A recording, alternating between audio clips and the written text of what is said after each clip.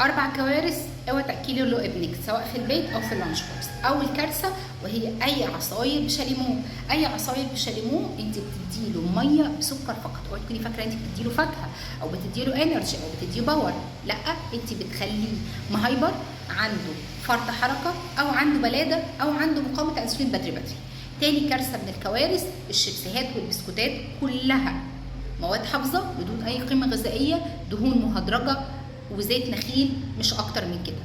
تالت حاجه وكارثه من كوارث اللانش بوكس واكل الاطفال، اللحوم المصنعه، البروستد فود، كل اللحوم على هيئه الدوج، لانشون، سوسيس، باسترما، بيكن، كل الحاجات دي كلها فيها ماده نترات ونيتريت الصوديوم، ودي سبب اساسي لمشاكلنا الصحيه من اول ضعف المناعه لغايه الكانسر.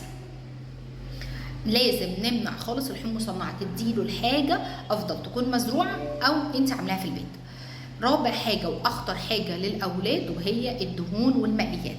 المقليات انت بتحطي حاجه معينه، بتحطيها في برميل زيت او في حله زيت، تشرب وتشفط كل الزيت وبعد كده تحطيها زي ما هي في معده ابنك، فانت متخيله كميه الزيوت اللي داخله له، خاصه لما يبقى هو الوجبه اللي بيعتمد عليها في المدرسه وهي اللانش بوكس.